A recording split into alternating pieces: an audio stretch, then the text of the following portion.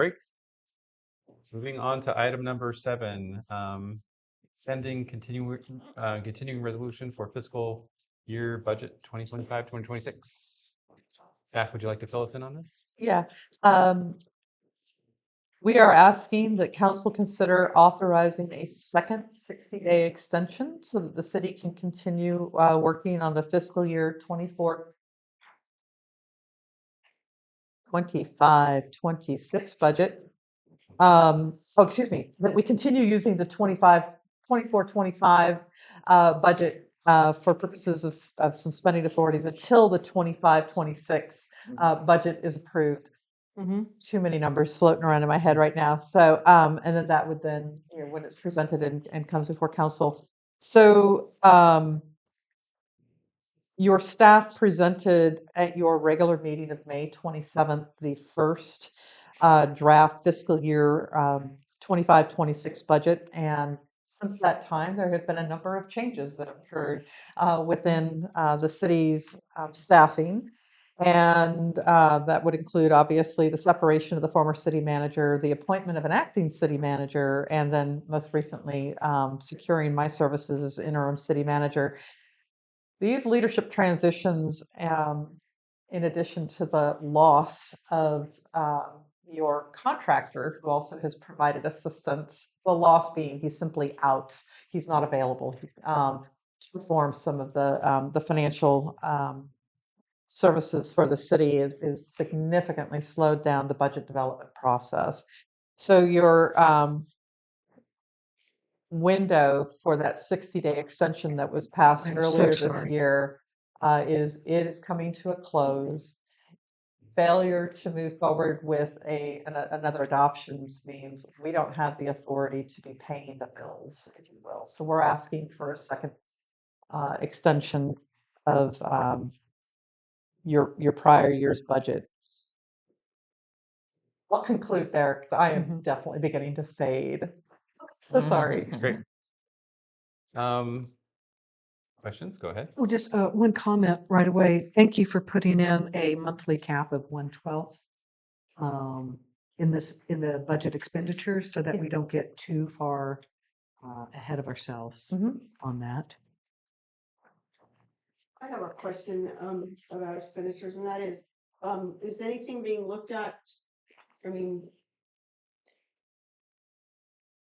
knowing that we're expecting a significant deficit based on the earlier projections, are you looking at anything that can be reduced, start beginning now? Are there any discretionary items that are happening that might be curtailed if we sooner rather than later? Yeah, I mean, I do want to just sort of point out I've got less than 30 days under my belt here. Many of the expenditures have already been incurred and they will be paid because those were services rendered, and those vendors and or employees deserve to be paid, right? course, of So course. I'm going to state the obvious, but there was an item that we were originally planning to come forward to this meeting tonight for an allocation for some items that's been put on hold. So if it's more discretionary in nature, I'm going to put them on hold. If it's something that's related more to public health and safety, I'll move forward with them if that is something that's within the spending authority of this prior year's budget. So council will likely be receiving staff reports seeking actual authorization for certain payments of services. So it's going to be a little bit of a mix of those items, but we do have staff aware that we're going to be doing some belt tightening and see if we can move forward. One thing that is not in this staff report, but I think may be prudent to talk about in light of all of the changes within the city, is the consideration to form a subcommittee of council members who would like to work with me in starting to develop. And we're going to need some assistance with the heavy lift, to be honest. So should I recommend people, or are we, how is that? Well, I don't have a recommendation for people. I just wanted to, ask for your consideration of Great. that. So, but a subcommittee could potentially include any community members?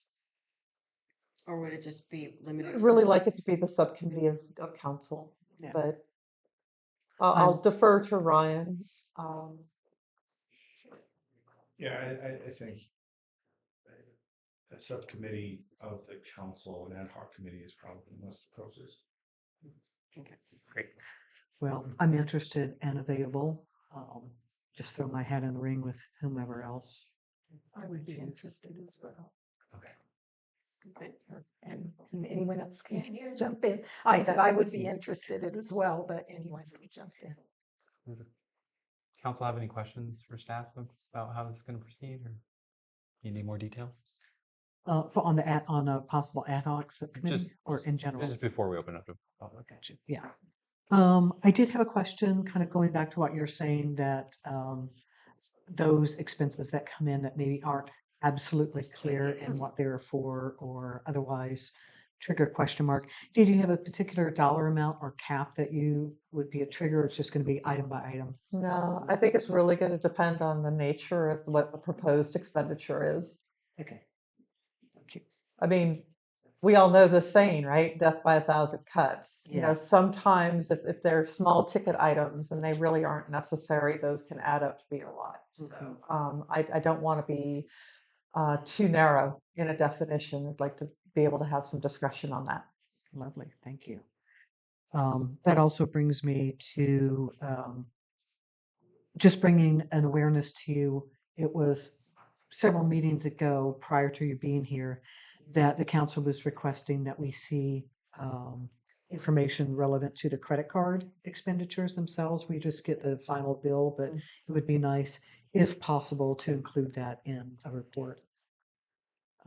Or at least that you are, the knowledge that you are reviewing those items that goes in within that credit card. What we've seen are expenses that some are, sometimes are going up $7,000, $8,000, $9,000 a month. And as a council, we're approving that, but we have no idea what's behind that, how that money is applied. Are you approving it or are you receiving it? Sorry. We're approving through warrants and disbursements. That's what we're getting. So one thing I would say, which would be very helpful, is if in a conversation around the disbursements, if you have a question about any particular item, get that to us as soon as you're able to flag it, because we can bring that information to the meeting, right? And we can, walk through, or we can answer it over the phone, and maybe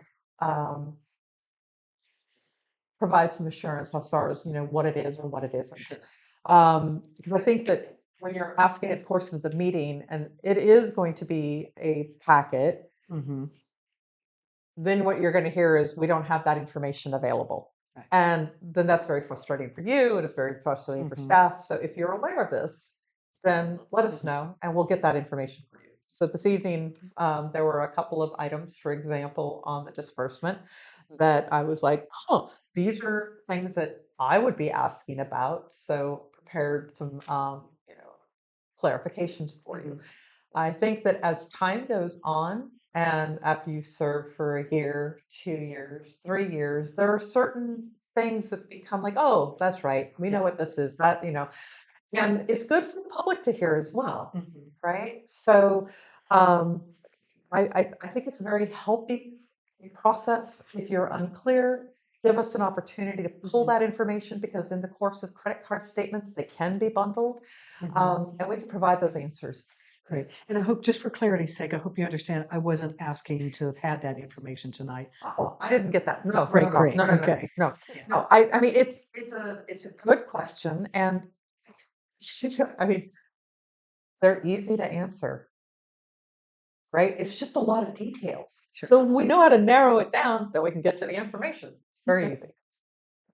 One of the things that I was thinking about is that even at 1/12, if we are already 2 months into this and then another 2 months, that's almost a quarter of the budget.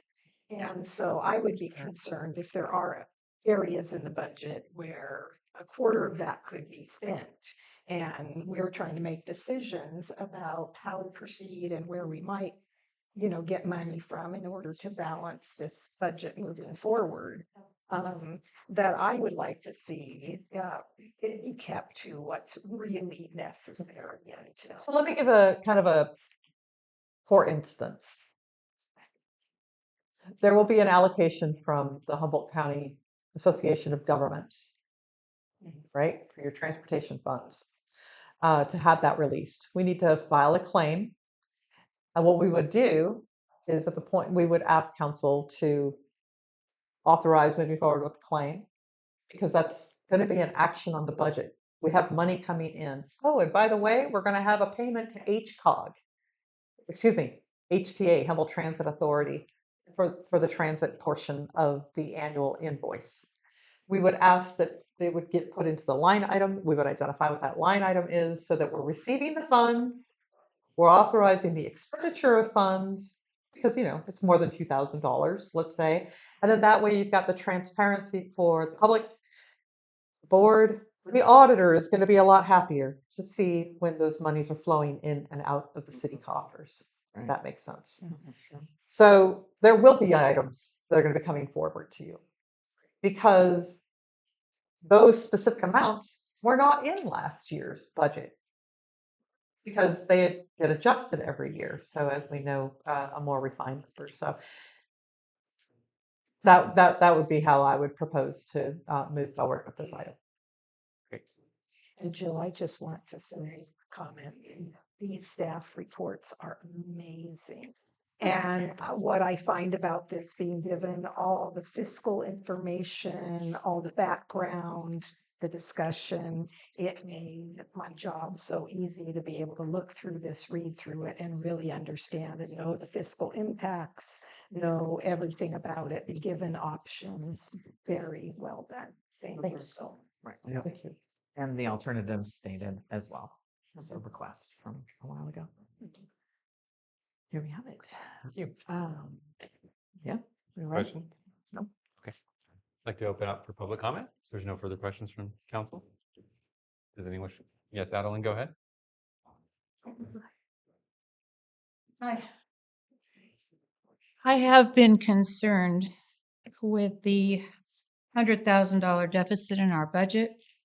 I want to note that in the 8 years that I was mayor, all of our budgets came on time and under budget. Even when Blue Lake Power stopped paying their rent, we were able to find a solution to that problem. So I'm encouraged, but still concerned about what's happening with our budget. Cities can go bankrupt, and it concerns me that that's where we're headed.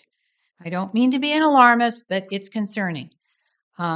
Jill has a lot of experience with helping with budgets. I know she did a good job with the Humboldt County Fair. I think they were having budget problems as well. So perhaps there's a silver lining here.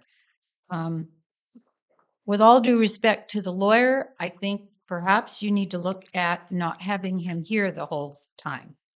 No personal, this is not personal. I'm just saying that at $250 an hour, that racks up pretty quickly. Anyway, good luck. Thank you. Let's go ahead. I know Jill probably doesn't know the history, but we had all kinds of major pipe dream projects here. We had to have a RV park down here. That would have been a major influx of cash flow for the city. First, we were sure there were people looking at, apparently no one was actually looking at those projects. We have another project here that I haven't seen moving forward that was supposed to be, the courtyard was supposed to be redone down there. And of course, that would have been acquisition money to buy the properties and those things. So unfortunately, we don't have these one-time cash flows we might be able to use to get from point A to B. I don't know what the city's borrowing capacity is as far as need to borrow. That might be necessary.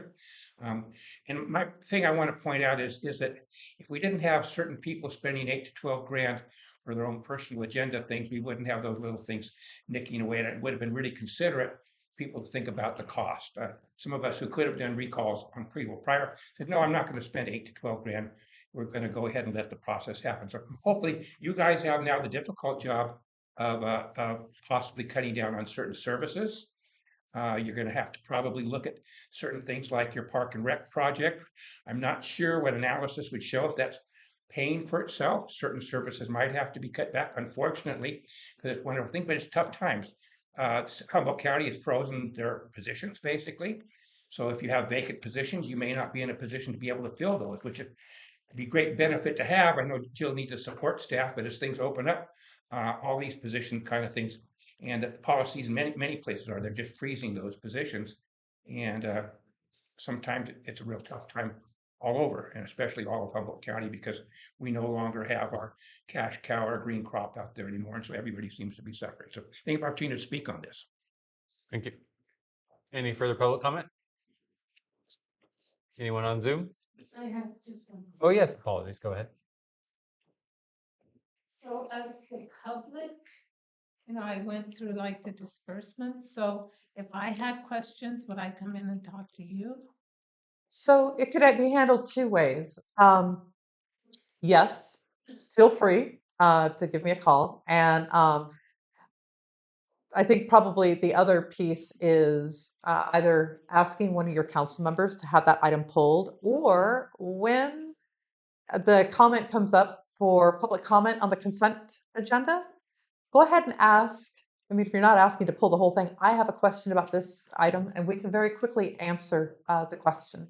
Okay. It's always preferable for these kinds of detailed things if we can get some sort of a heads up. And I'm happy to answer the question in a public setting as well. So you could give me a heads up, via email, and you can ask the question at the podium, or we can still answer that question. Okay, thank you. Great. Yes, Barbara, go ahead. So I'm hoping out of all this, like despair, maybe, we can be like the phoenix that rises out of the ashes, right? And I'd love to see the Arts and Heritage Commission work with economic development. Maybe we can to create revenue. Like, what can we do? Maybe we can start a small little multimedia production company, maybe something like the fairgrounds.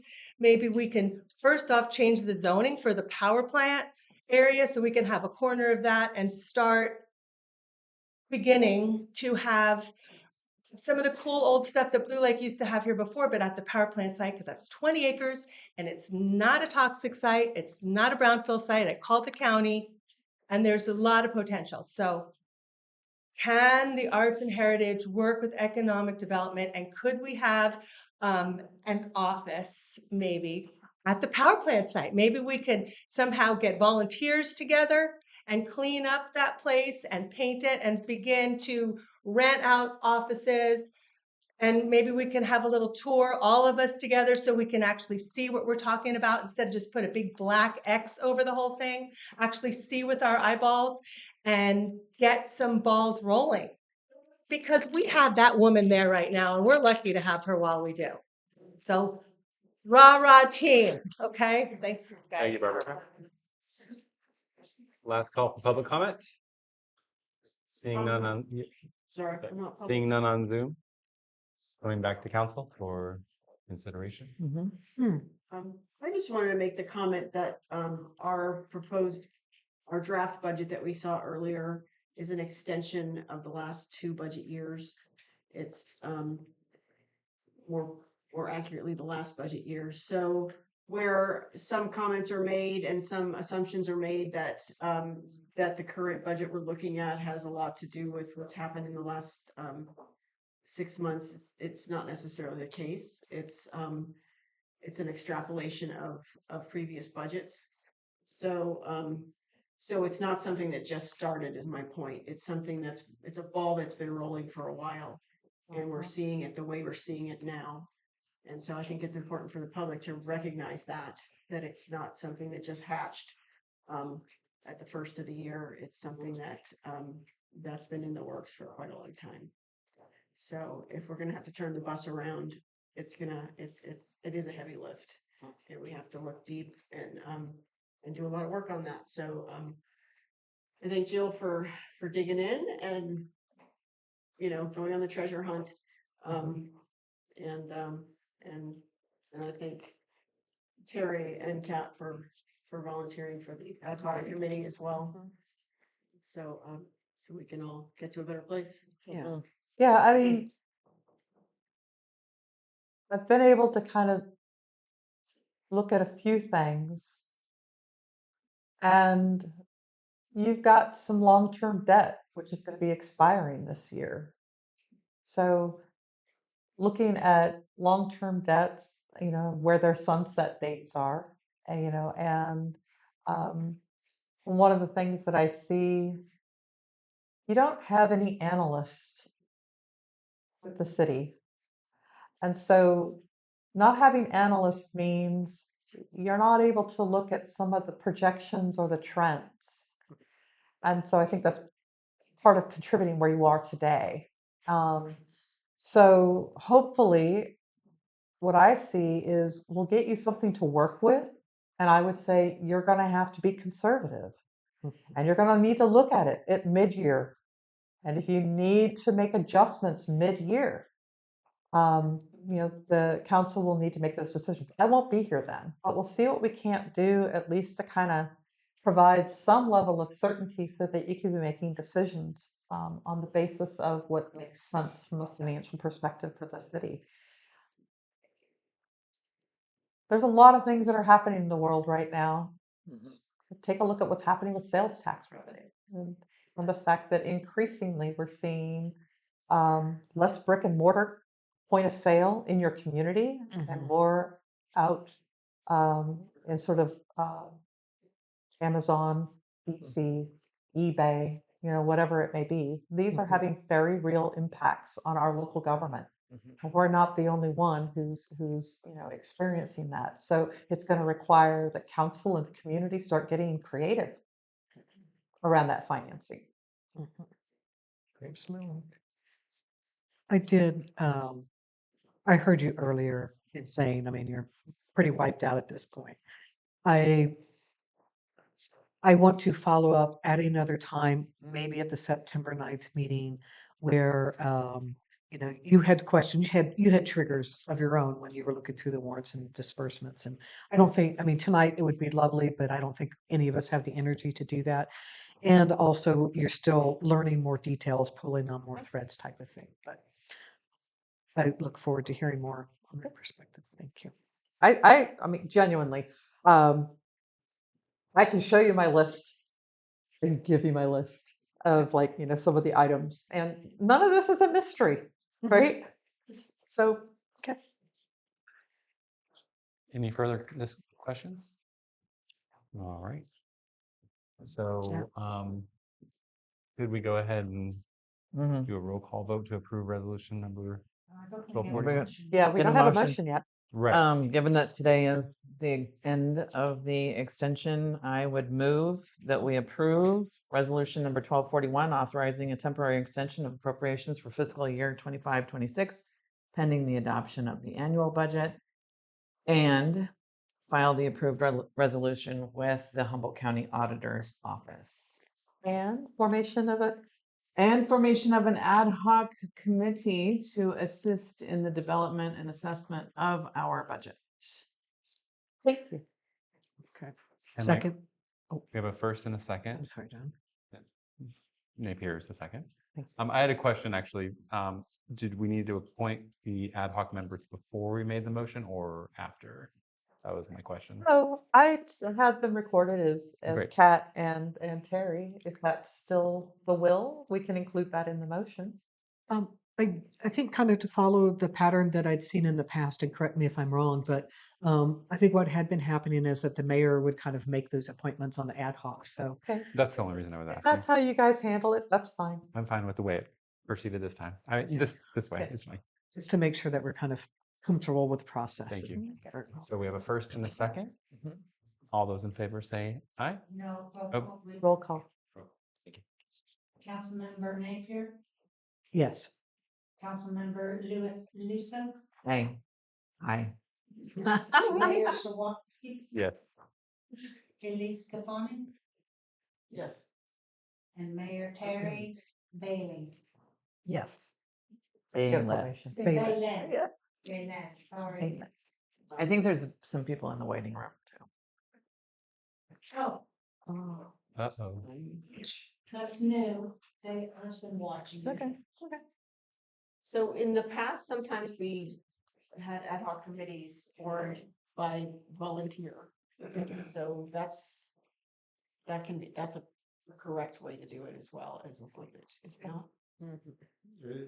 Yeah, I mean, ad hocs can be formed in really any way. Usually it's the chair or mayor that appoints the committee members.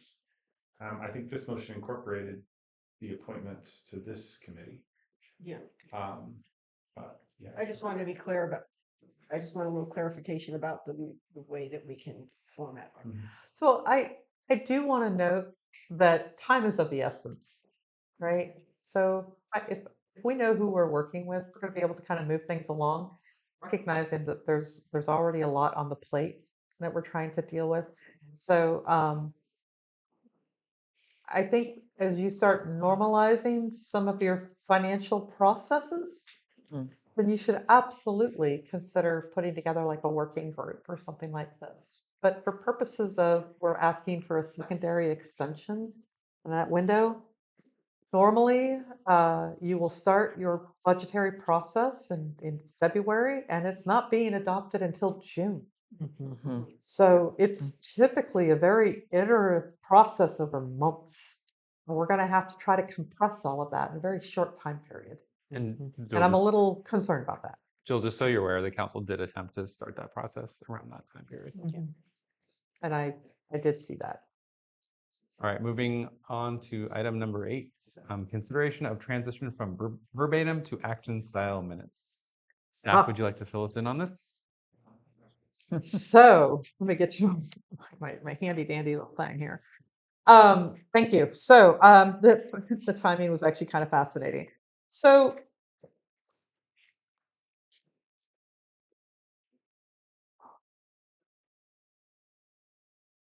I want to be mindful that Laura was hired to be putting together the minutes. And the verbatim style of minutes is very time consumptive in the course of preparation, and then, of course, in the course of reviewing and approving the minutes. You guys are a little bit out of the norm for many public agencies. Only 2% of the public agencies within California are doing verbatim style minutes. Increasingly, they are moving to either summary briefings or action minutes. Action minutes are what your auditors are looking for, people looking back in historic kinds of what was the motion for an action. And in talking with Laura, you'll recall that she had submitted her resignation to you guys at the last council meeting. I talked to her about the time that it takes to prepare the minutes, and we talked about moving to action summary minutes. That's why you got those minutes. We were able to keep her at the table for this. So I figured, well, I got to get this question so that you guys can answer it. As far as the willingness. Personally, action minutes are phenomenal. I've had to spend a lot of time over the years going back through old county, resolutions and minutes, and action minutes is what tells me the story, not all of the exchanges, but the actions that the governing board has taken to authorize certain items. With the advent of having video available at our fingertips, if you really want to see the tone and tenor and the spirit by which there's a public debate, you can go to the video. Maybe the third most important thing is if the question is for the record, because there's a concern around litigation, and you have a corresponding video, legal counsel is going to want to pull the video. They're not really interested in reading what the minutes or somebody's interpretation of how something was being characterized. So I wanted to put this for you guys so that you had the opportunity to have a discussion. I think Laura could probably better speak to what the process is. I mean, I've taken minutes before, and the reason I go for action minutes is because you could spend a lot of money having me trying to transcribe minutes, and that's just an absolute waste. In terms of what it takes away from my ability to put onto other things. So I'm going to ask Laura to get a sense of, for every hour of meeting, what does this look like in terms of the transcription process? So basically, for every hour of meeting, it's a 4-hour process. So if the meeting is 4 hours, 4 times 4 is how long it will generally take. Now, there are tools that I started using because of the length of time it was taking, AI being one of them, allowing me to summarize comments. But I can't do the minutes anymore. It's too much time. I have a regular 8-hour job, and then adding that length of time onto my day was too much. I mean, can I say something? Just to be clear, we've had this discussion multiple times at the Yes. meetings where we've discussed the style moving from action items, brief summaries to an actual verbatim transcription of the video, in which I said, absolutely not. I cannot do it again. Like, I was like, absolutely no, thank you. But we were discussing like giving it a chance that maybe some other people were preferring this. And as we were developing some of the things regarding the workbook for the council, what is it called? The council. The code of conduct book? It's the Policy handbook. policy and procedure manual Yeah, that there needs we to be go. updated since 2013. Whatever. Maybe we could incorporate that as well as some of the agenda item ordering, etc. Making sure that we have future agenda items, making sure that we have a review of minutes, follow-up items, etc. So we were kind of morphing. I wasn't making a demand at that time. So I really appreciate bringing it forward to our council so we can make some decisions about this and relieve this responsibility. I think that it's going to help many, many people. I believe that we did have this item up for discussion. There was some public comment and concern that maybe the videos weren't going to be available at some point, but still, the verbatim transcription does not work for anybody, in my opinion. So that's my feeling. Yeah, I just wanted to provide a little history, Jill. There was some comments made by the public that they were worried that the video would disappear and we would lose access to what really transpired.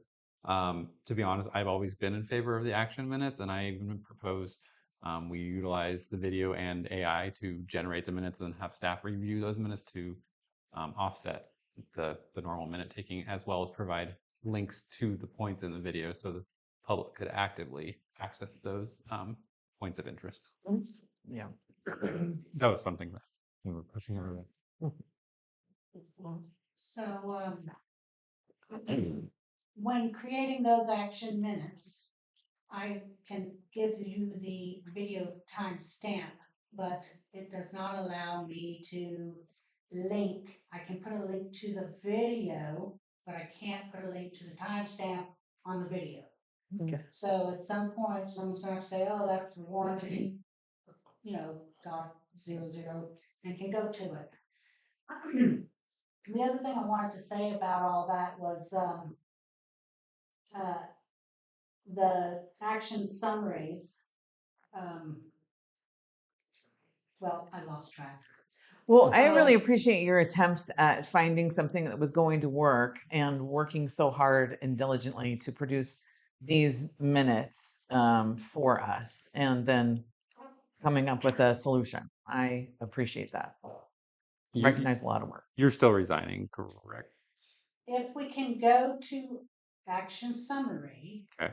where it's not so much of my time, Okay. where I'm working 60 hours a week, then yes, I can stay on and do them.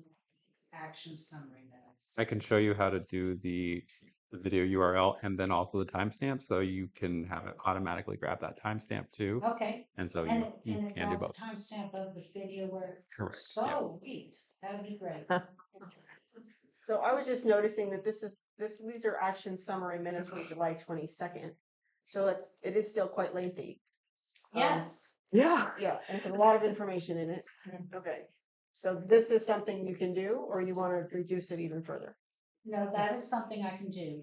Okay. What you'll see in there is that the public comment at the beginning of the meeting where it's on non-agenda items, I go into a little more public comment detail. In other words, I summarize what the commenter said. Mhm. But that is the only time in those meetings that you will see what a public commenter said. Okay. It will be public comment received Okay. or Mhm. none received or whatever it is. Yeah, I think like just the summary of discussion regarding or That's whatever. the I other don't. thing. Yeah. Under each item, there is a discussion section. Mm-hmm. And then I try to summarize that. I don't want the whole conversation in there, but then the minute, the motion, who motioned and the vote. Mm. And that's Okay. the most important part on that. Still seems like a lot. It is a lot. Oh, one more thing. The thing I forgot a few minutes ago was there is a transcription. And I do save the transcription. And it's not going to be pretty, but that can be uploaded as well. It's got the ums and the double words and the right? It's got all of that, which has to be stripped out when you're doing the minutes. So that's the other thing I wanted to mention is that if you do want to have the verbatim, we can do a transcription and load that up to the website along with the action summary and the agenda.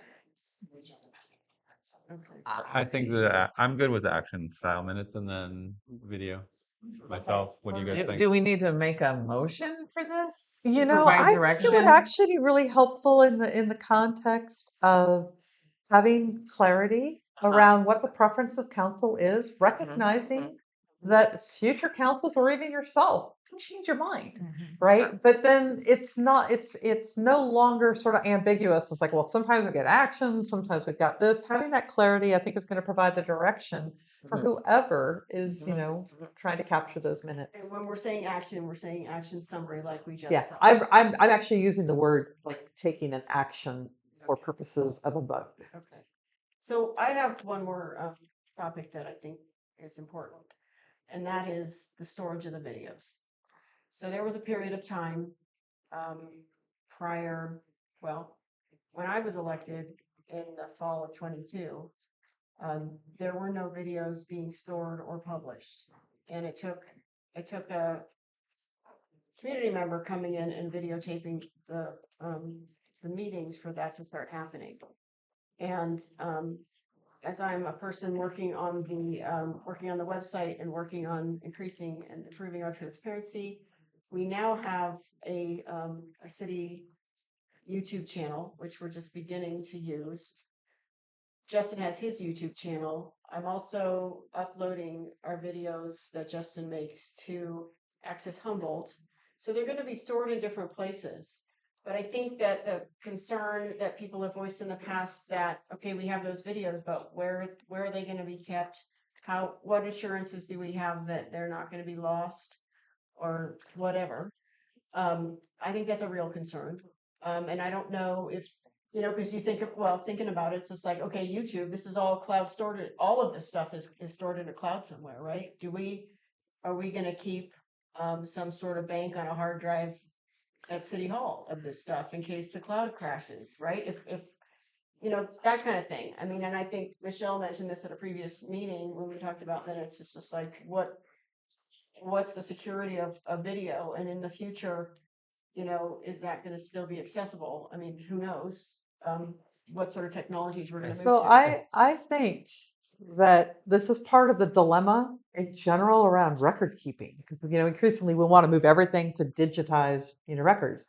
Well, everything could fall apart, and our storage mediums shift over the years, and we know that, right? One of the things that I think is important with Access Humboldt is that they are uploading things, I believe it's archive.com. So somehow they've got this set up so that it's supposed to be there in perpetuity. So you're right, maybe YouTube, gets sold out and somebody decides to dismantle it. I don't know. But I think that that's one of the reasons that Access Humboldt has been working with the archive.com.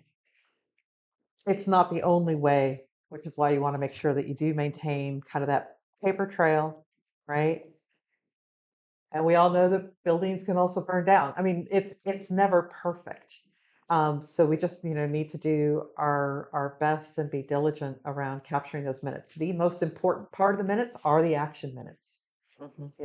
What was the motion?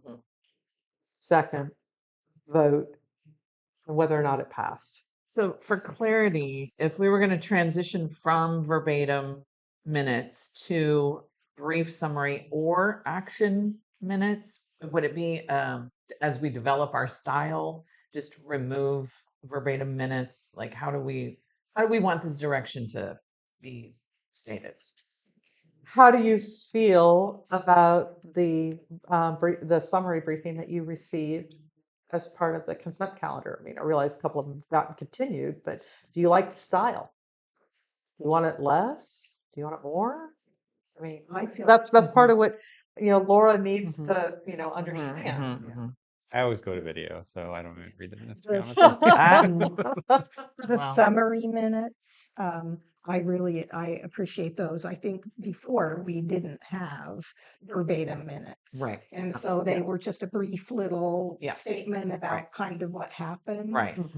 I would still be interested in, even if it was a tally, or because sometimes there's really important things that happen in the city and there's a lot of discussion from the public.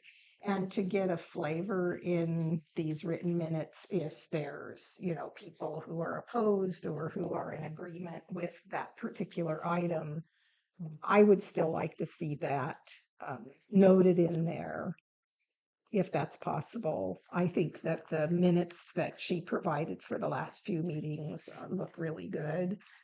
I would be concerned about going where you're only listing action, because I feel like not everybody has easy access. And so we're assuming that anybody on their income level, anybody anywhere, has absolute access to technology. And sometimes I think we have to think about that they do not.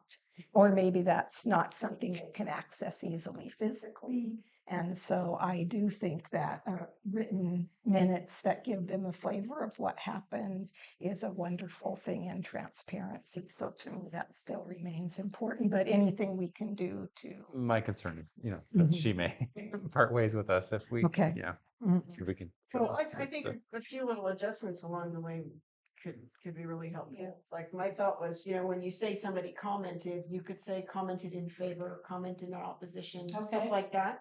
Which, without saying what the comment was, it kind of gives people an idea. And also at the beginning, there have been times where we said, we have staff present, and we used to sometimes list public present. And even if you don't know the names of everybody in the room, you can say at such and such a time at 6:35, there were X number of people in the gallery, X number of people on Zoom. Even if you don't, that way it's like we have a sense of the meetings that, like, we had a meeting in February where the room was full. There were, 60 or 70 people on Zoom. There were people all lined up on the porch on Zoom. I mean, but there's nothing in the minutes that reflect any of that at all, right? So I think it's important that we have a little bit, we can add just a very small amount of effort. We can add a little more flavor to the written minutes. Yeah, I'm going to let you go and then I want to talk next. Great. Okay. Thank you. First, thank you for putting all the educational components and references on this, Jill. Love it. It was educational for me. And Laura, thank you very much for the incredible diligence and endurance in putting these minutes together. I think to state a preference, and partly out of necessity, I think that right now, our decisions, large and small, kind of need to be guided with some prudence and expenditures. And so, that can be one aspect in saying, yes, I'm definitely for the action part of it. I also recall in the past, Ryan sharing something to the effect of, we're not looking for a whole narrative of what had happened. We're trying to get the essence of those legal pieces that have occurred. So for me, I would be looking for the briefest amount of minutes to be recorded by hand that were like a legitimate document. We could perhaps also have, second to that, a wash through with AI to capture if people chose to look for more information, it would be searchable, but we don't necessarily have a guarantee as far as validity. But people can use that. Is that a possibility to where? Well, so AI is gonna be able, from what I know, AI is gonna be able to take that transcript. But what's not in the transcript is all the names, Mhm. who spoke, who said, who did, when they said it. So as I'm going through there, I have to make those determinations before I can grab it up and say, okay, AI, make it pretty. Right. No, I'm not saying that you are using that as your basis. I'm saying separate to at least have it posted and searchable.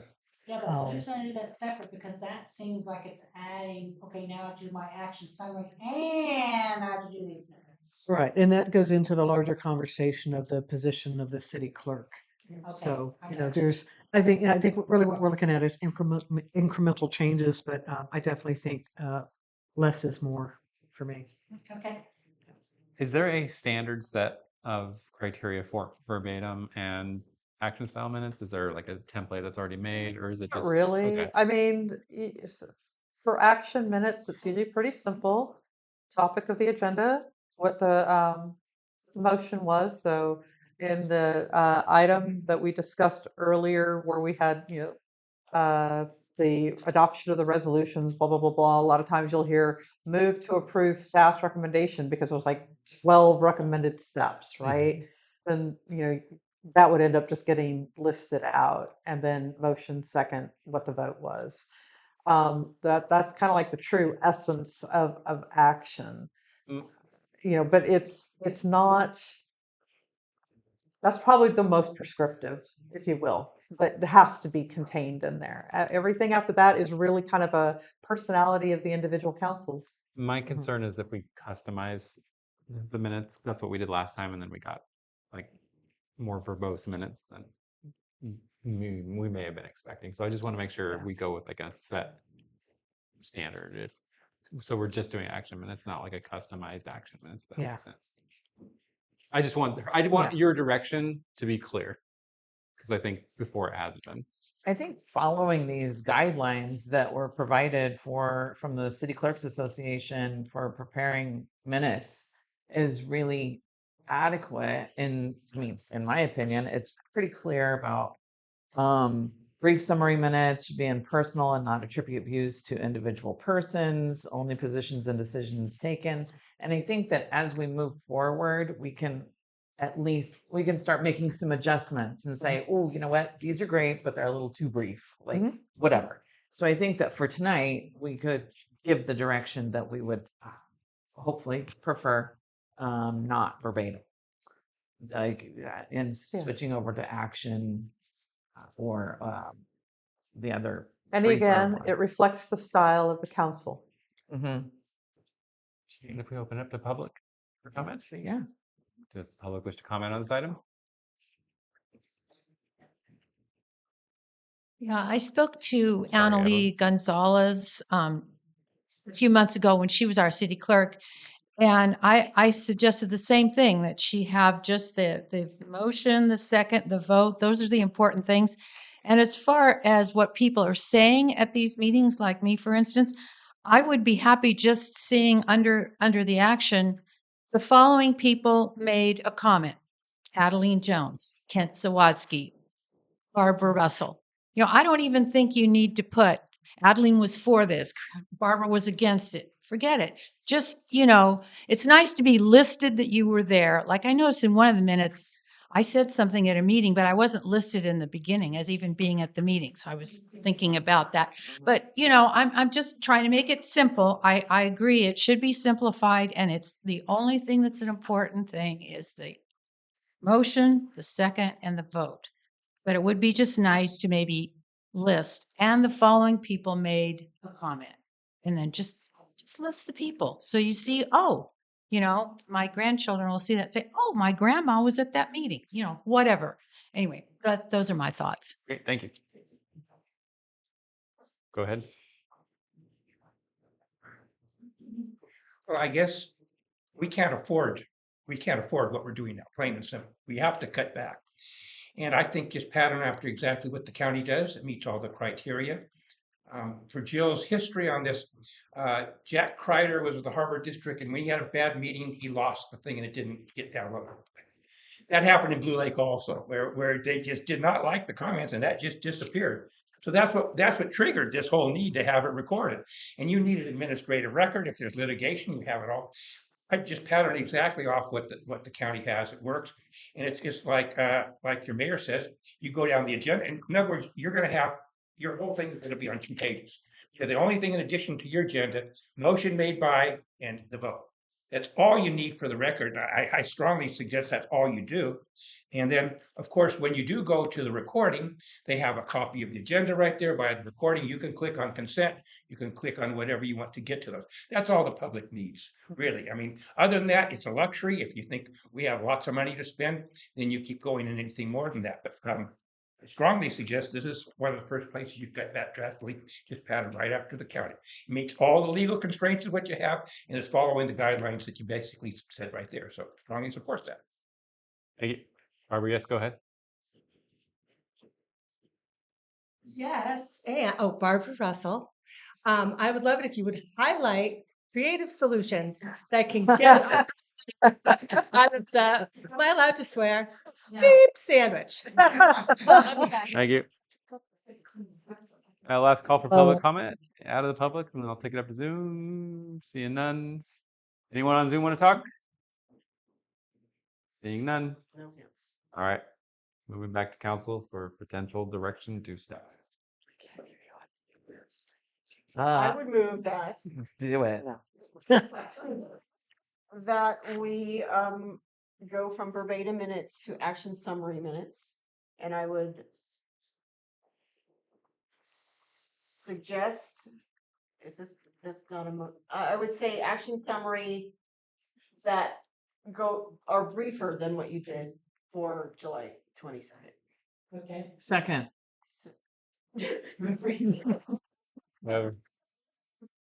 We have a motion made by Scafani, a second by Louis Lusso. All those in favor say aye. Aye. No. So we had 2 no's, and then I'm more. What's the nose? Yeah. John? I was in favor of action style minutes, not the Okay. more verbose one. And Wait, Terry, what? Isn't that what we just? I don't know. I thought I just said action summary that are becoming briefer than what was done on July 22nd, which are considered action summary according to our agenda. But our Action style is the word. I'm not clear what we're voting. I mean, you guys voted, well, so let's it's try fine. again. Okay. Well, we already voted, so. You can withdraw the motion. So who was the second? Voted No, on it. is that Harry? Yeah, but I said action Can motion summary, but getting briefer than the action summary that was done in July. yes. Yes. Can we just clarify to staff what we meant, or do we need to like? You what do can we do? restate the motion, Okay. right? Can I state the motion? Yeah, sure, right. Yeah, Distinguish between those 2 things. sure. So action style is going to be the title of the agenda item. That public comment was offered, what they said, who said it, nothing but that. A motion was made by so and so, seconded by so and so, and the vote. Period. That's all you're going to get for action style minutes. Great. An action summary is going to have a little bit more detail. It may say public comment was offered by the following. It may say the council discussed these general concepts. And then it'll say motion by so and so, seconded by so and so, passed. So there'll be a little bit more color commentary than strict action minutes, which are just going to be ultimately what happened. So it sounds like we want the action summary style minutes that Lee suggested. I mean, at least that's. And they can still be brief. Okay. That's what I'm Right. saying. Action Yeah. summary that's a bit briefer than those pages I held up for July 22nd. But not the style that he just referenced as being only the vote and Right. motion. Correct. Correct. Right, Okay. right, yes, agreed. Just a little bit of color commentary. A li- A bit, Yeah. a bit. And we can, For, there's some wiggle room in entertainment. there. If you get a little too, Yeah, get a little too yeah, yeah. colorful, we'll dial it back. Can't wait. Yes. So I Can mean, I you, think can you it's restate what the vote was? What the vote was? Yeah, Oh, so- so, Do we want it, since we've clarified the motion? should yeah, we vote re-vote again? again. we revote. Is that okay? Can we do that? Okay. All right. We have motion from Elise, a second from Michelle, of doing action summary style minutes. All those in favor, say aye. Aye. It passes. Oh, yeah. Unanimous. All right, moving on to item number 9. Receive report and survey permission request from Safety Commission. At least Yeah, I nobody's need to here update tonight, you right? about, how to- But it's in perpetuity here. Thank you for coming, Ryan. Thank you, Ryan. Right?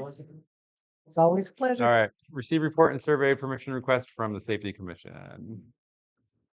All right, please go ahead, Ed. So there. can I just say, excuse me, as the Public Safety Commission liaison, we had some pieces that we should have seen, but I don't think they got to us. We do have the actual survey, but we don't have the write-up of the history of how we got here. Yeah, and I will be addressing that, just in a brief summary of how we got to this point. Okay, thank you. But essentially, I think our second full public safety meeting, the then city manager presented us, one of the topics was traffic control on I Street, because due to complaints of excessive speed, not necessarily, too much traffic, but just essentially excessive speed. And during the discussion, essentially what was given to us was the plan. The plan being the big plan for all of the traffic control and traffic slowing stuff that had happened out here on Greenwood, and then in the more trafficked areas of town. And when we discussed having stop signs or speed limit signs or any of that, we were referred again back to the plan over and over again. And so further discussion was decided that we would look at the plan, and then we would come back to the next meeting, and we would have further discussion and maybe more action. Well, there's nothing in the plan specifically really about doing any of this stuff on I Street, despite the push from on high to install traffic circles, speed tables, all of the high end, really expensive things that happen here on Greenwood. Bulb outs, diagonal parking stripes to narrow the streets, to slow down traffic, all of this stuff, this big giant plan for like the 2 or 3 cars that go down there, during rush hour. And so part of that was also, can we come up with like a survey for people? They said a survey was done, and great, where's the survey? Well, we don't really have it. So okay, so we decided to do the survey, and I see it. You have it in front of you. This was discussed over several months, and we added more to it. And during all of these meetings, we consistently got public comment from the neighbors there that they would really like something simple. They would really like speed limit signs, since we can't do stop signs because we don't have the warrants for them. If we don't have the warrants, we can't put in the, so do speed limit signs. Do the radar style speed limit signs that show you, that show your speed as you're going, because that works. You see them put up in temporary areas where they don't have it. They shift it around in different areas. And so while the commission certainly supports doing this survey, it would be a mailer to everybody. Again, more money. My personal feeling as a commissioner is really just do the simple thing. Put in speed limit signs. A basic analog speed limit sign is probably less than $1,000 with labor to put in. The radar speed limit signs run between $1,000 to $2,000 depending on how fancy you get them, and they're solar powered, and so they have their own power supply. And so I would say, listen to the neighbors. and do what they would like to see in their neighborhood. That's my personal recommendation.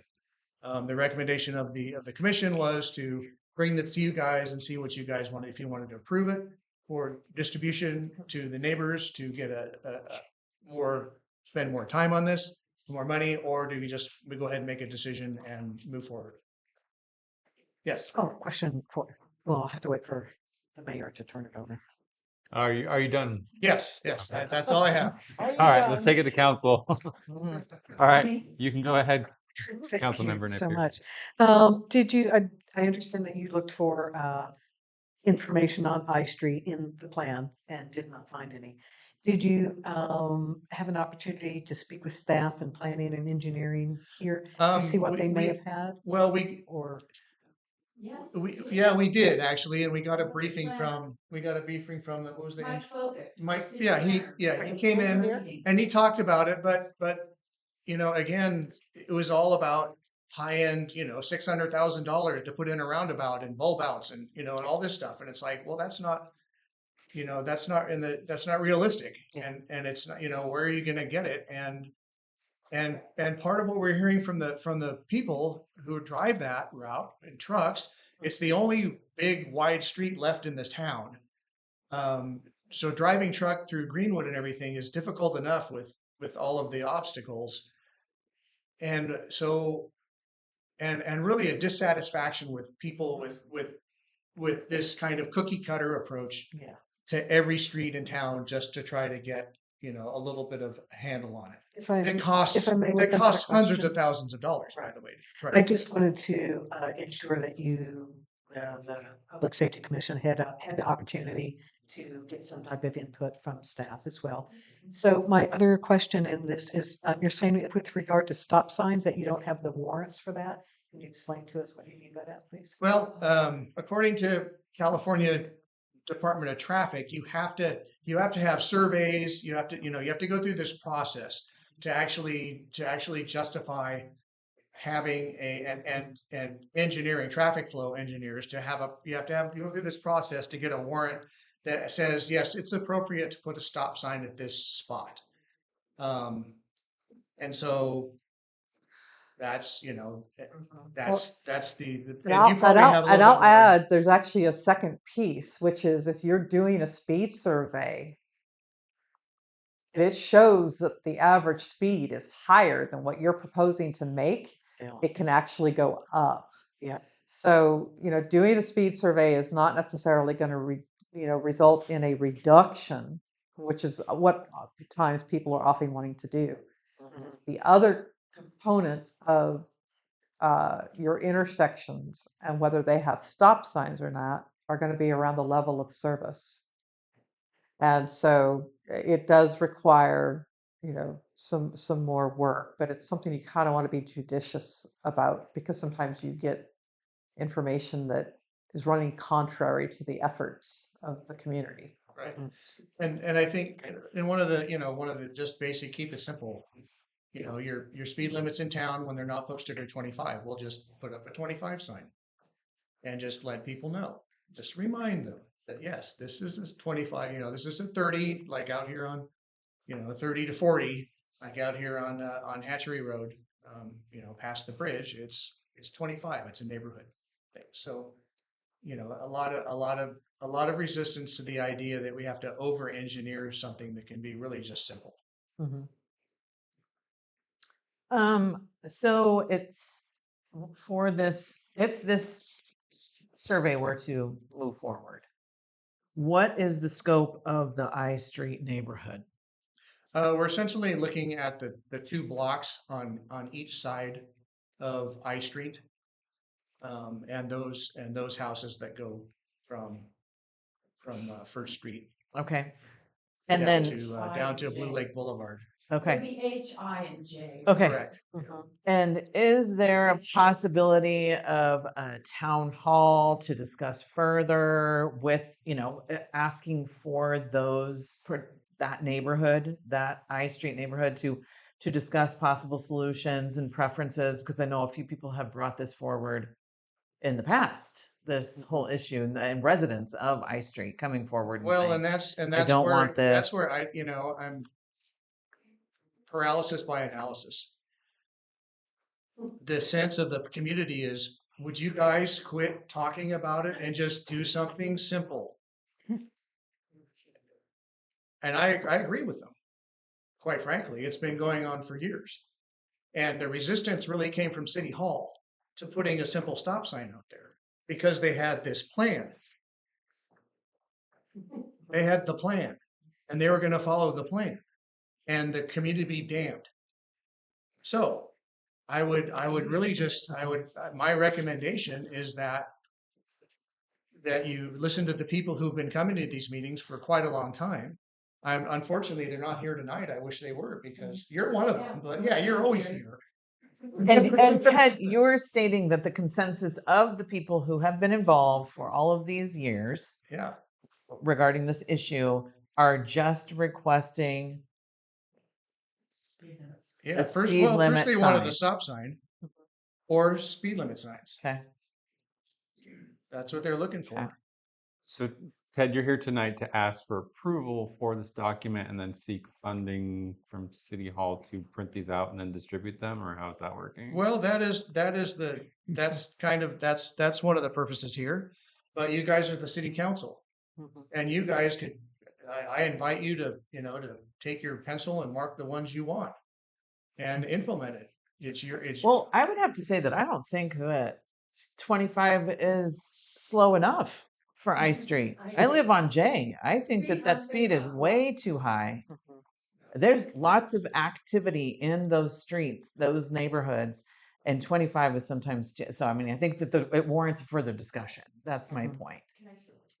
I mean, analysis, however you want to put it, but I feel like we do need to talk about it. Yeah, you could talk about it. I mean, we've been talking about it on the commission level. And the reason we came up with the survey is because it's more of a way of getting out to folks that don't come to meetings. Yes, there's about an 8 to 10 core group of people from I Street that have been showing up, Mr. Sawatsky and others. But to get a survey out, we would have more of a cross section of all of the people from H, I, and J that are not coming to meetings but can see it and mail it back to us or however they can get it back to City Hall so that we can get a good feeling of what really is happening. We know the core group is wanting it simple. That's what they've been saying. But what about the others? I mean, it's a democratic process. And as far as a town hall, I think it would be the same thing as when we have our commission meetings. The people that come to a town hall would be the same ones that are coming to our commission meetings that are talking about it, possibly. So I just want to state for everyone, Adeline Jones is commissioner as well, so that's why she's being allowed to speak at this time. I'm I the wanted chair to of make the sure commission. I'm we didn't- sorry, we Adeline didn't Jones, open it up as for public speaking as comment. chair of the commission. Yes. Right. Got it. Yes, go ahead. Kat. A comment for the Public Safety Commission in consideration of the survey. Thank you for putting it together. My comment would be, I think you might get a little bit more useful information if you were to ask not just yes, no, which one do you like, but either you could do it as, rate from highest to lowest in order what you like or dislike. So oh man, everybody wants a stop sign. It'll become more apparent rather than just a count of an impassioned yes versus an indifferent kind of yes. Or you could also have select your top three, or you could have them do, strongly agree to strongly disagree bar for each one. But by attaching some type of range to them, it'll give you better information to qualify at the end. Then the other thing is, I am so frustrated too by the burden of what it takes to get a stop sign when it seems like such an obvious solution in many places to the people who live there. I've dealt with that myself. If there was a way around it or to research it, I would love to see that. Thanks for the work on this, you guys. I would like to comment that about a year and a half ago, getting close to 2 years ago, there was a meeting and door hangers were put on H Street, I Street, and maybe J. And so we had quite a good turnout. It was a public safety commission meeting. We had a huge turnout. There was discussion of roundabouts stop signs, speed limit signs, all kinds of things. The room was full of people, and once again, overwhelmingly simple. We don't want a roundabout, stop sign, speed limit, those kinds of things. So there's been quite a lot of outreach done already. There was in the recent months, people were notified in different ways, not a full door hanger campaign, but people were notified that this was going to be on the agenda, and a lot of people did come. So I think that, doing this is going to be much more staff hours and volunteer hours and lots of time involved in it. But again, a speed limit sign is a good place to start. If we don't have the warrants for a stop sign, we can start with a speed limit sign. And I think we should do something simple. I mean, we've done exactly nothing over the last 2 years for those streets except talk about it. And so I think that doing something simple that we can just authorize and get done, and then let things settle and see if that solves the problem, and go from there, rather than spending, 10, 20, 40 more hours just asking people what they want when we've already done that repeatedly. Harry, I have a comment, but do you have a comment? I'll let you go first. If you do. I'm just wondering, because I live in this area, so how does that work as far as me commenting on this Oh. right now? Is it fine? I Fire think- away. I think you're going. I did hear the commission meeting, and it sounds like you guys are going over a block over from I Street. Is that correct? Okay. Mhm. I mean, I'm personally of the opinion that you guys have spent a bunch of time developing this survey. I think that it'd be wise for us to go ahead and do the survey, and then maybe report back with the results of that survey before we make any conclusive decisions. City manager had a comment earlier. You may have missed. How many houses are we talking about? Oh, we have public comment too. We'll get them. 55. So 55 printing costs pretty minimal. If your safety commission is assembling the information, assuming you get a 20 to 30% return rate, which would be really good, then you can have a discussion and then make a recommendation about what the action for council to consider would be. If the safety commission is willing to do that work of collecting that work, it wouldn't be a burden on your staff. I think your printing costs will be minimal when you're looking at it that way. Throw it on some decent card stock or something. Are you guys okay if we open up for public comment on this time? Mm-hmm. Public wish to comment on this item? Yes. I went to one meeting, and then speed humps that are crosswalks was suggested. And that's a good idea because 25 miles an hour does seem fast for that very, very quiet neighborhood. So. Thank you, Barbara. Go ahead. Attended just about all those meetings with the same group of people. Well, it started out, like Elise said, there was a whole bunch of people, and the ones who it really meant something important to continue to attend every single meeting for the last few years. We do not want speed humps. Just so you know, that was a consensus, basically, the people, and some of those other things we really don't think are necessary. The 25-mile-an-hour signs probably would suffice. But it's nice to give people, it has very little cost, gone through all the work. So I'd go ahead and put out the thing, and then we'll get that done, and we'll just get her done. Just to let you know how warrants work, if you want a stop sign, about the only way to do it is you get a bunch of junk cars and you run into each other in that intersection. They say you have a certain amount of accidents, and then you get a stop sign. And that's basically what it takes. I have to be quite honest and direct with you, but it's like they wanted. We didn't even make warrants for a few other things, major roads things out here. Greenwood Avenue, I think, only had 2 accidents or something over the last somewhat years as we pull out on this. So it is a big deal to get it. I talked to Tom Matson, who is director of Humboldt County Public Works, on the thing, and he said, yeah, that's just about impossible for him to get stop signs put in. And he's working with the county, and that's what he does. So anyway, appreciate you moving forward with it. Somehow, like I said, it's been a long time in coming, and There is somebody online. we appreciate you taking your time and sending out the thing. I recommend it. Great. Thank you. Julie, Christie, and then Lori Ponte. Oh, thanks for letting me skip in front of Lori.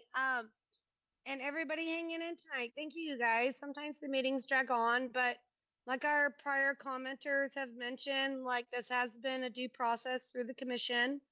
I've participated at my best capacity. Thank you, Justin, for the Discord.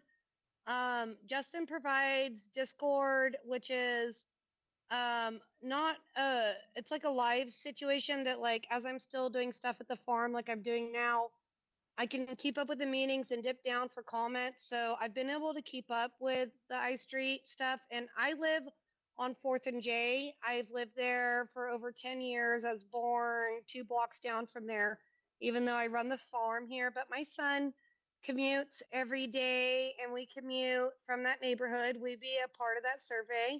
I do believe if it's a financial burden to the city, I'm more than happy to work with our commissioners to do a door-to-door thing that we could maybe even donate towards as citizens of that community. I think we would get the support.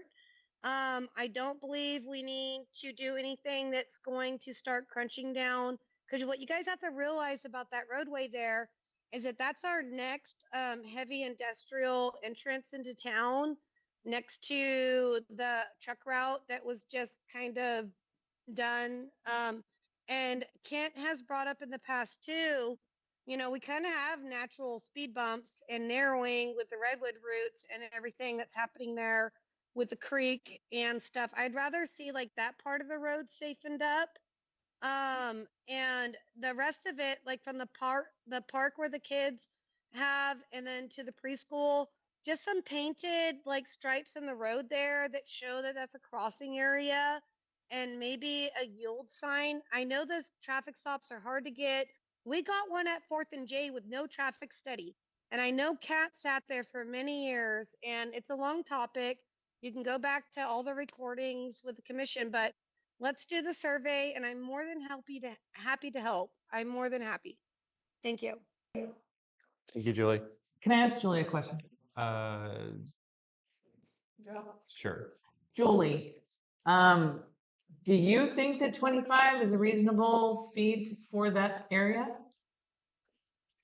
What is the current speed limit there? Well, I think that all the neighborhoods are designated to be 25 miles an hour, and it just seems like I very, have very. never seen anybody that I felt like was excessive.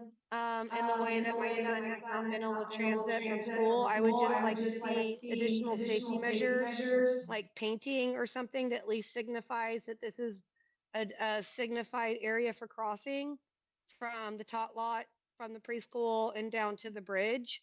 I think just like at least protecting our school children and pedestrians would be step one. Do people speed? No. I drive that all the time. Okay, thank you. Lori, go ahead. Okay.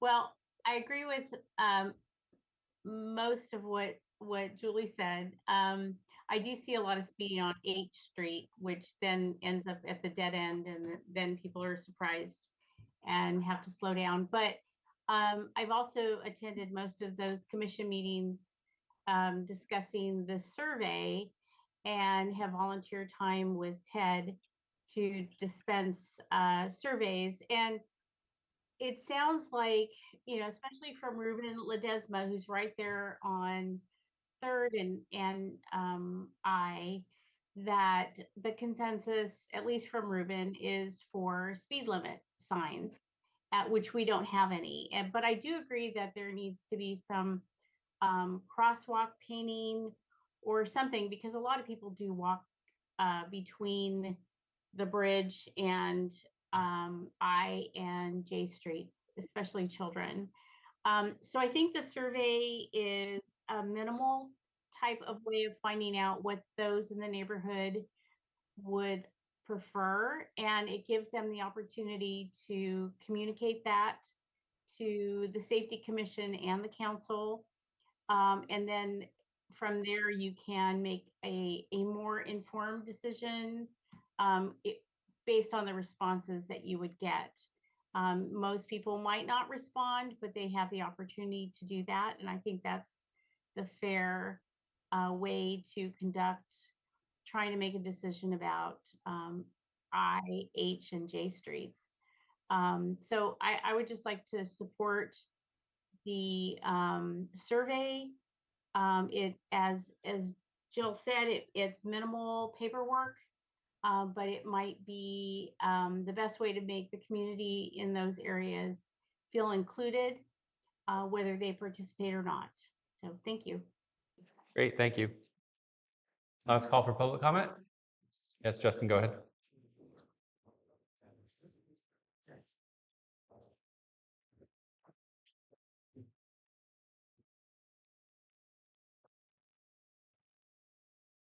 All right, so it took us a year to get the bug leash thing done. Since I started recording these meetings, every single public safety meeting has mentioned I Street, and we have yet to do something. Let's do something. Put this thing out there, get it back. Let's get something done. We're saying dogs are more important than kids. Come on, let's not do that. Let's just get something done, get it out there, get it done, move forward. Thank you. Great, thank you.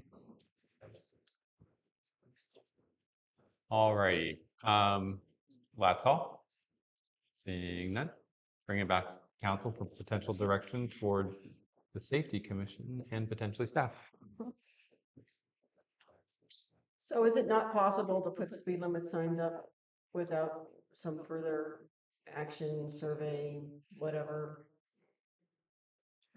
You can't just randomly put up speed limit signs. You It can't? requires a warrant.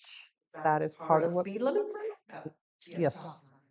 Speed limit sign. You Yes. can't just post 25 miles an hour. That's by ordinance within the whole city, I think we can. If there's already something in an ordinance around that, then you can. But if you've got a 30-mile-an-hour, you can't just drop 25. It requires a warrant. So, I mean, unless there's something on your books already that, I mean, I haven't been here that long to be that familiar with them, but you know, you have to go through a process, and that's part of that warrant But we're not process. establishing a speed limit. We're assuming that there's already a blanket speed limit across town. That I couldn't say that you do or you don't. And commenting on that, I think that we already have a lot of burden on the city manager. I would hope that the Public Safety Commission would be willing, or with other volunteers, to bring forward that research. And as Michelle Luso was saying, you know, yeah, it would be nice if it could be lower than that. There are more steps. If you want to go deeper in your research, you can, but it will involve first, if there's a blanket speed limit for this city, which I think there is, there's a minimum speed limit that's just kind of required in cities, and exceptions like school zone, you know, that's why we have 15 on Greenwood. So to be blunt, yeah, we have to put that burden on the Safety Commission to come forward with that research. Well, the safety commission is going to have to go to City Hall to find the information. I would like Well, to. it's online, I would and like ordinances, et cetera. Sorry, apologies. Yeah, I would like to focus on whether or not we want them to move forward with this survey, and then focus on the other things later on, potentially when they come back to us for further review. I would like to see this survey, if it was going to go out, changed a little bit to reflect what Council Member Napier suggested, which was a scale of sorts of, if you had, you know, 3 ideas, what would the top 3 be? Number 1, number 2, number 3, to kind of rank the choices that are listed here, and then have an other for an option for you know, another option that's not listed. Like filling in a blank, So- blank, other, like an other. Exactly. Yeah, that's what the additional comments and ideas block is for at the bottom. Gotcha. Do you? Yeah, Does ranking, was that like a So you want funny rank suggestion? Yeah, Oh, Yep, I can just change the language, put in, you know, rank these choices. That works. well, That's disqualified. that's just my idea. I'm not giving direction. I am just giving out Does, my idea. does the council think that if there were modifications to this questionnaire, that it would need to come back before council, or do No. we feel that the commission could run with it? Go with it, yeah. Mhm, mhm. Got it dialed in. Okay. Can we question. entertain a motion? Motion to approve the continuation and the disbursement of a traffic control survey for I Street neighborhood and the approximate area. And Jill, do we need to allocate resources to that or direct you to It's fund it, or is gonna it be so de minimal? minimis. Okay. I mean, are you wanting them to drop it off at City Hall, or do you want to or have them mail it in? I mean, do you want the city to pay for mailing costs? No. I mean, just printing is really 55 houses. I was just making sure that we didn't. Yeah, I don't specify see that a funding amount or as anything. being a barrier to kind of getting. I do want to note that it would actually be probably a really simple question to ask your city engineer what the speed limits are, or even the planner, because they probably already have that information very quickly at their fingertips.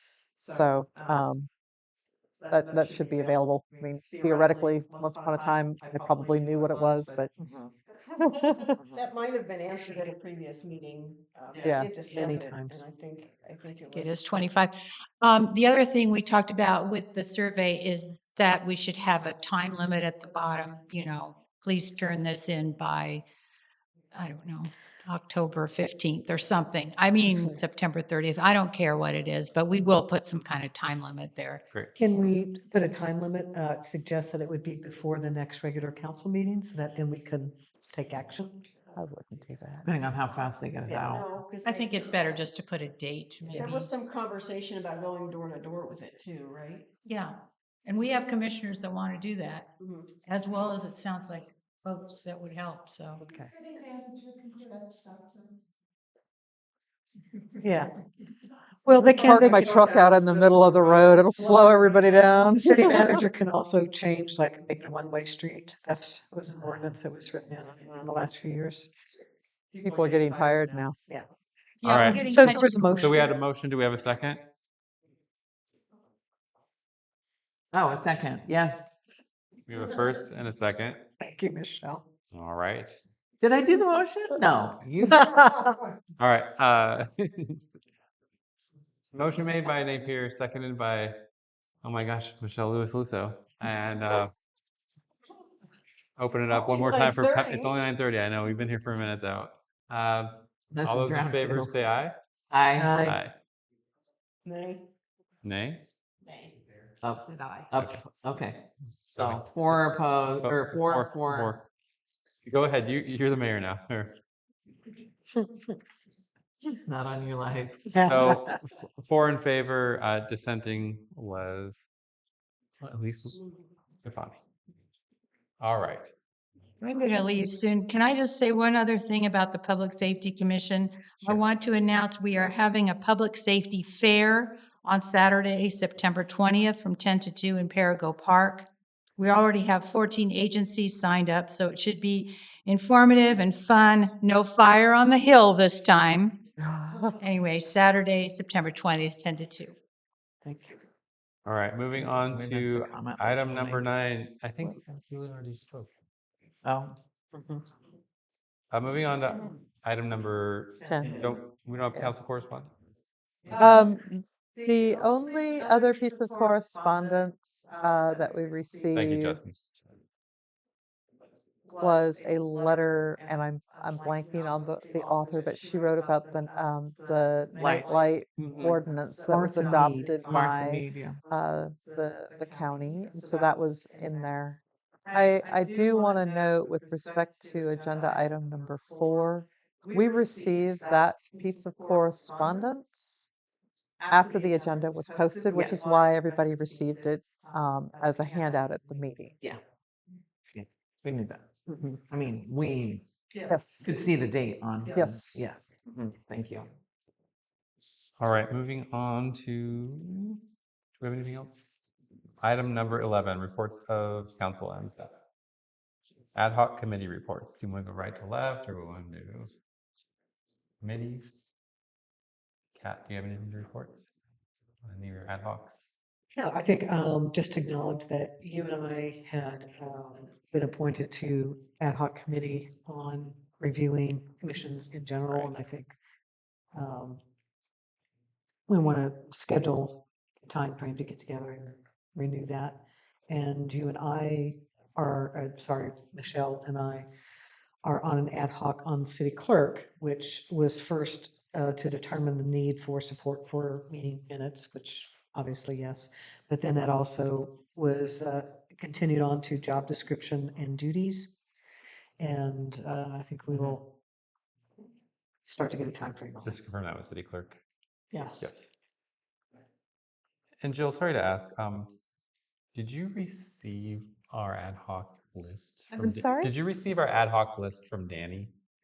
No. She recorded all the ad hocs for us one I- meeting. And we I don't think I have that list. do She you? may have it. I've got a partial list that I think I got from Tony, Okay. but I don't know that I have something more right now. Did I'm we sorry. reassign Terry to the ones that? Oh, that was actually something that we were going to have on this agenda. Okay. So, Okay. yeah, sorry, Okay. that's correct. Okay. Sorry. No worries. I did attend, just as I'm. That'll be Mm. added to September 9th. Committee assignments. Thank you. And my apologies. That is just something that I have locked in my brain for January. Oh. Mm. Oftentimes like the common time that you do Yeah. it. So, Yeah. yeah. The bike park ad hoc is still gathering information at this time. And that is you and Michelle. Michelle, yes. Okay. Okay, and Kat and myself are on the city manager recruitment ad hoc, and so I had a conversation in communications recently with Trippepi Smith. So today they sent us the draft of the recruitment brochure, and they're awaiting the job description. I don't know that you guys actually have a job description for your city manager, and that is actually some places have them, some places don't. A lot of times it's included by some of the statute or your Muni code, or a little bit of a combination of your personnel handbook. So A lot of ours is in ordinance, and then it's also in a contract. yeah, and then of course then there's a Yeah. contract. And I don't know if you so, have one in the personnel file uh, or the personnel policy. Yeah. yeah, Well, I we mean, have a contract from recent, I think, discussions and packets. So yeah, I would have to pull yeah, those I can pull that up. files. I can pull that up, Okay. and I'll send them the Muni code and the contract. If there's some, they'll probably want us to fine tune it somehow. Yeah. Um, I can take care of that. So anyway, we're expecting that those jobs are going to get posted, or the job is going to get posted. I think they're targeting the middle of September. So will the brochure be coming to council for formal approval? So is that something that we should be planning on for the 9th as well? I think that it should for the 9th. That might cut it close for when they're advertising them. I don't know, but I think that's something that all the council. Right now, we're supposed to give our feedback to it by Correct. this Friday. By this But Friday. I think that it merits having a full discussion. Okay. Will council also be then discussing what your recruitment process will be after, like identifying the kind of the critical steps and time frame at the point that your job description or the job application is closed, or will it be open until filled? I think that ad hoc will work with that with Trippepi Smith as they're laying out these pieces. But any of those questions, if you want to send them to us as ad hoc, that would be terrific. We'll make sure that we follow through. Thank you.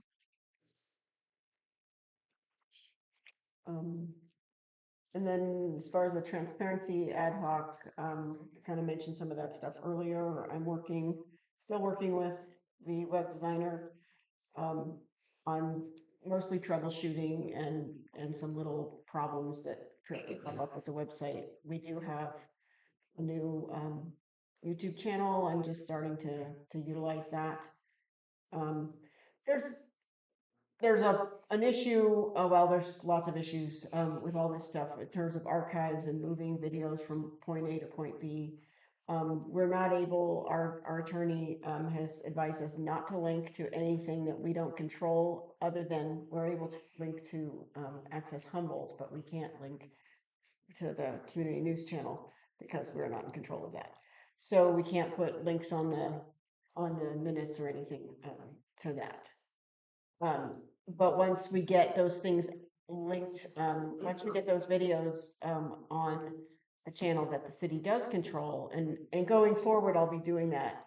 I haven't been able to do the backlog, but I'll be doing that going forward. So I'll get the video from Justin tonight, and I will upload that in the next day or so, and I can, well, I'll put a link somewhere. I don't know. We haven't decided how that works yet, but I'm linking it to the website. I'm linking it to the city website. Once the video is uploaded, that's what I'll do. It's getting late. Once the video gets uploaded, then I can link it to our website. Okay. And then you can take it from there and link that to your minutes. Okay. So that's a big step. It's really time consuming, and it's taken a lot of parts and pieces to get this far. But it's a big step. If you look at our website, you'll see that there's videos linked to most of the meetings for this year. And like I say, it'll take a while to go backwards and do last year. It's coming along. I don't know. Do you have anything to add to that? No, just it looks like the calendar is filled in mostly. I don't think there's any blank spots for this year. So, okay. Terry, do you have anything yet? Can I just make a comment, because I know you said earlier that one of the minutes didn't match up, and when I was going through the website, the March 25th agenda just randomly went to every open space for 2025. So just so you know. March 25th, just lately? It's probably, it's been a little while, and I just kind of noticed it. And There was a little problem a while ago, but everything was resolved for 2025. Okay. But it may there's go back to 20. That's one of the things I'm working on with the web designer is the defaults. So whenever somebody goes in to do something to add an agenda or add minutes or add something, the default is the wrong choice. And so occasionally somebody will accidentally pick the wrong choice and update the entire series for the next 15 years. And then you have to figure out how to undo it. And so, so sometimes something happens and we have to find it and go back and fix it. But we're working on making the correct choice the default. So it doesn't happen. Okay, we're working on this. Yeah, just let's go ahead and open up the ad hoc committee reports to public. Does anyone have any comments on this? Seeing none, Julie, go ahead.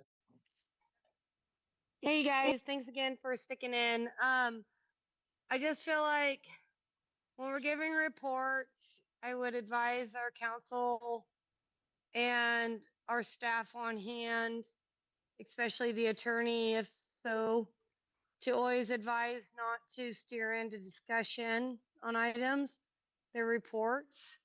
I do appreciate the reports, and I'm not going to go into a lot of details on these because it was like reports and not a discussion later, but I think some of them do warrant it as well. Thank you. Great, thank you. Commission updates. Commission updates, right to left. Kat, anything? Michelle? John and I attended a League of California Cities Redwood Empire Division general membership meeting last Friday in Fortuna. It was very lovely to meet the different members of this this division and to get some perspectives from different city manager or city mayor, city council people, city managers, just trying to get some perspective of how some other folks are struggling. I really enjoyed it. I look forward to the next meeting. Oh, we did get a presentation from Yana Velakovic.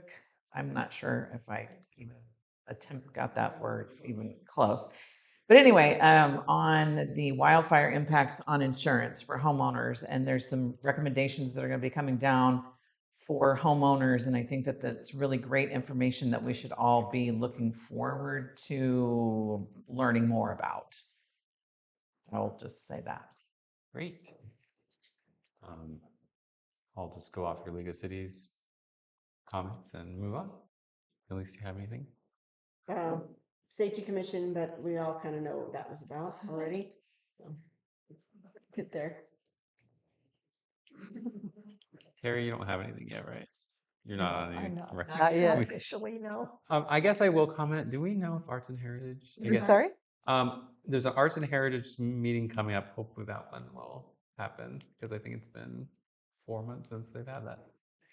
Oh, I think that Tony has been trying to figure out like the scheduling and availability with them. Okay, so. great. All right. Any public comment on these items? Seeing none, moving on. City manager reports. Julie, sorry, it looks like you just popped up there.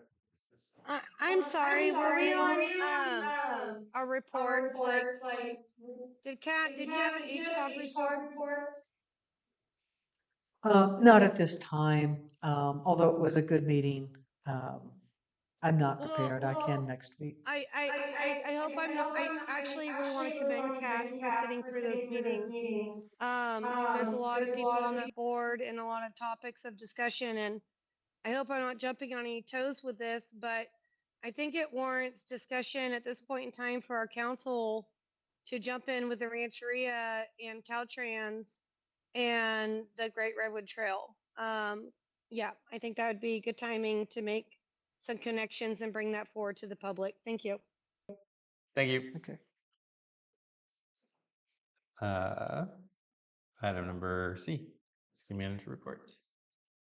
Well, I don't have a whole lot to report other than just being really appreciative of, you know, a lot of people that I've been having interactions with. I know there's a lot of pent up issues and anxieties and wanting to get things kind of resolved yesterday. And, I'm I'm doing my best to come up to speed and kind of have a list of things that we are ticking through, some of which you guys considered this evening. And so being able to, have our future items moving forward, and I think that that'll be, really positive. I do want to note three things in particular. One is that I received notification from County Environmental Health Department that they did find a skunk that tested positive for rabies over on Greenwood. I asked if they would be doing an additional um, press release or anything like that, and they said no because they had previously issued a release earlier this summer, and they sort of see it as being a uniform. You should be aware of those animals that are acting erratically, and that sort of a statement. So, I do want to let council know if you're talking to your neighbors and whatnot, just remind them, if it's that time of season when wild animals in particular, are acting erratically, give them a wide berth, if you will, and take the appropriate precautions.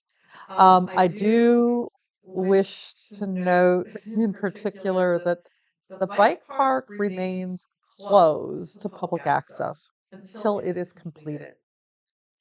So yesterday, there were 4 individuals who broke into the fence. This is not the first time, in order to access the site and ride bikes.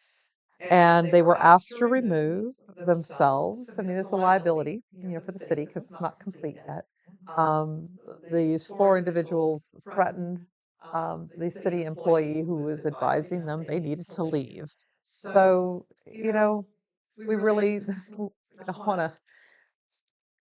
We need people to be aware that projects need to be completed and accepted before we're going to have the insurance and the ability to open it up. So, work with the city while we get through the process, as well as the nonprofit. Another big project that I was working on was the state controller's office did provide notice to the city in March that there was numbers that were not reconciling between the 23-24 end of fiscal year and the beginning of the following fiscal year. There were a lot of delays for several different reasons, primarily around availability of one of our contractors who performs a service. I was able to beg them to give us yet one more extension, and our contractor did get that completed. We are now in conformance with the state controller's office. They will then go forward with the publication of their book, which is called By the Numbers. And that was a really important step because the state controller's office will basically answer questions of the public for anything that is on that website.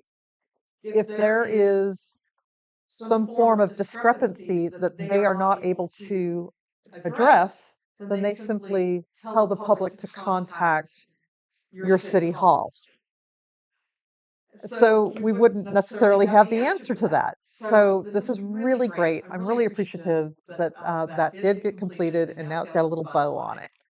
Yes, sir. Just to confirm, Jill, this was nothing that had to do with our council, the No. new council, correct? It had nothing to do with councils. These are internal things that could pop up onto the state controller's office reaching out and saying, hey, what's going on? And, so these are typically very prescriptive activities. We're required to provide these reports.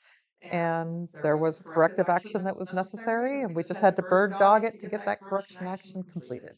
Great. Once again, thank you for your work. Yeah. You're welcome. I do have a comment that I would like to see information such as rabies found in a skunk on Greenwood, as well as the bike park is closed on our website, Facebook page, notices being, I would like to see a more, not tonight, not tomorrow, I'm just saying in the future, I would like to, if people have ideas about how we can communicate a little more pertinent information at the time. I mean, of course, maybe we need to go through processes to approve things like this, but this seems very, very important, very pertinent, and relevant to public safety, and Absolutely. it should be up for And I need to learn more about your Facebook page. It's not something I have access to directly, so I need to, delve into that some more and how that's being, promoted. So. And not everybody has Facebook, and so that's not going to be the end all be all. And maybe notices up on a bulletin board that we have at the town square, or I don't know, other places, other ideas where we can have some notices of, hey, what's new? And again, my dream down the line is for like a newsletter every month, but anyway, I'll just stay. Was this not enough reading for you? It was good. It was good. It was really good. So we do have a bulletin board inside the post office that is under lock and key. And so certain notices that are from the city can go there. They should not ever be solicitations for donations or anything else, because that is against federal law in a post office. It should not ever be advertisements for anything that's for sale. But official city notices can go in there. Sorry?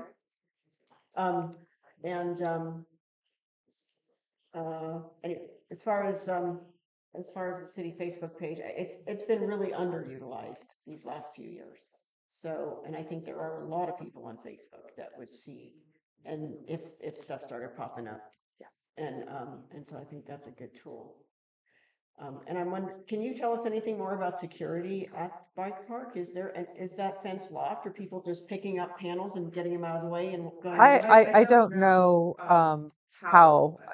The employee was more rattled about 4 young men coming at him. Yeah. You know, so that was his immediate Right. concern. And I'm thinking if we can lock that thing down. And till so somebody it has take been in. locked. It has been locked. And Yes. was it locked before? Did they break a lock to get in? I don't know if they broke a lot or if they broke the fence, but you know, since I've been here, they've already had to bring in some additional fencing because it had been removed. And there was nobody in there at that time, but the fencing has been removed. So your public works staff is, you know, regularly going down there and monitoring and making repairs when they see that something is missing. If somebody contacts us, then obviously we will follow up and do the same.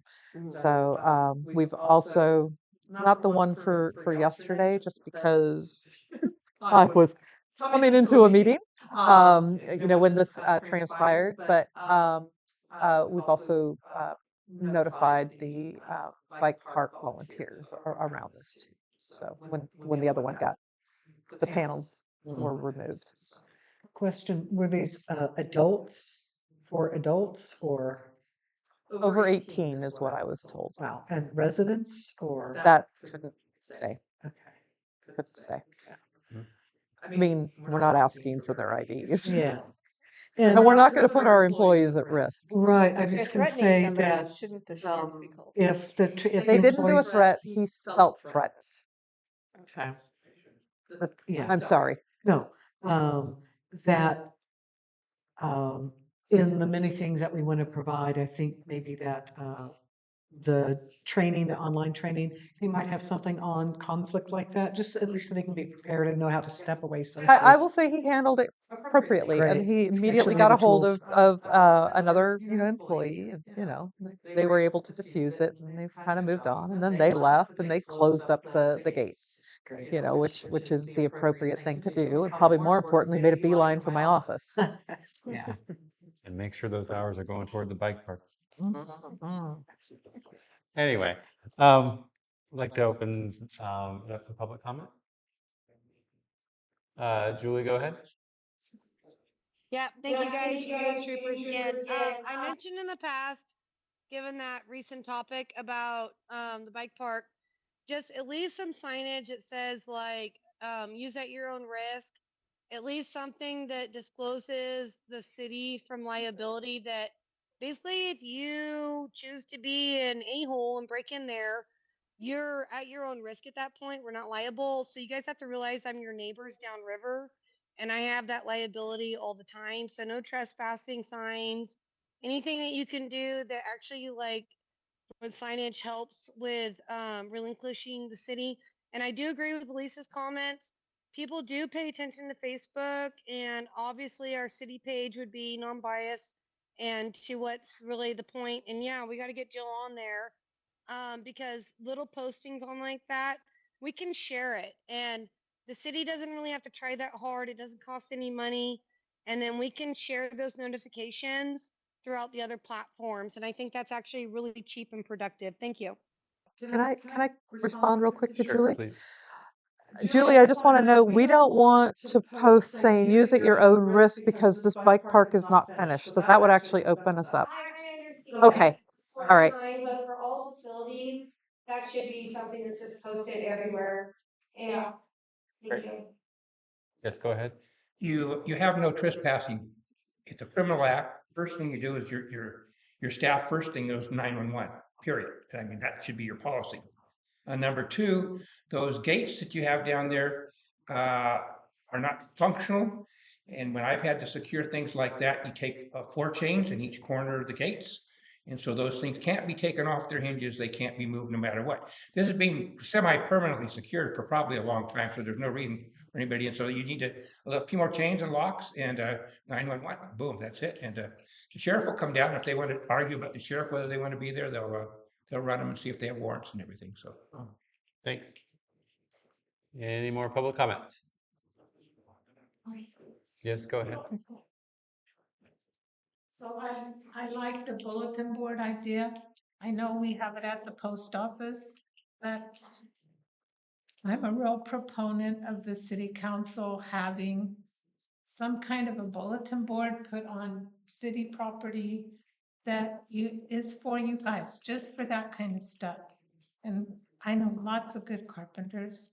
And I think if it was authorized, we could get somebody to build it that would, allow it to be in a public space where everybody walks, not just stuck on the post office bulletin board and hidden, but it would be really nice to have a locked box on city property that's the city council's. So, And we have the porta potty enclosure, so we could put it right there. All right, All right. any other comments? Seeing I just none, want to say I would really support whatever it takes to lock up, like park up. If it's, more hardware or more locks or whatever it is. So I think the point of my bringing this to your attention is talk to people. Let them know the bike park is not to be used. If they see something, let us know so that we can make sure that we're getting things closed up. And, I mean, that's the important thing. We had a landfill with Humboldt Waste Management Authority. We closed that landfill and we routinely ran people who decided it's a great motorcycle location or it's a great putting my mountain bike location. It's a dangerous location. And so we would just routinely have to like have conversations with the neighbors and things like this. This is the same thing. This bike park is not ready for use. And it's really important to keep promoting. And, we need to go whatever this process is going to be. And just bring it to your attention. So that's, that's all. and as we have finished item number 12 last night, can we entertain a motion to adjourn? So moved. Second. All those in favor say aye. I Aye. Aye. Thank you, everybody.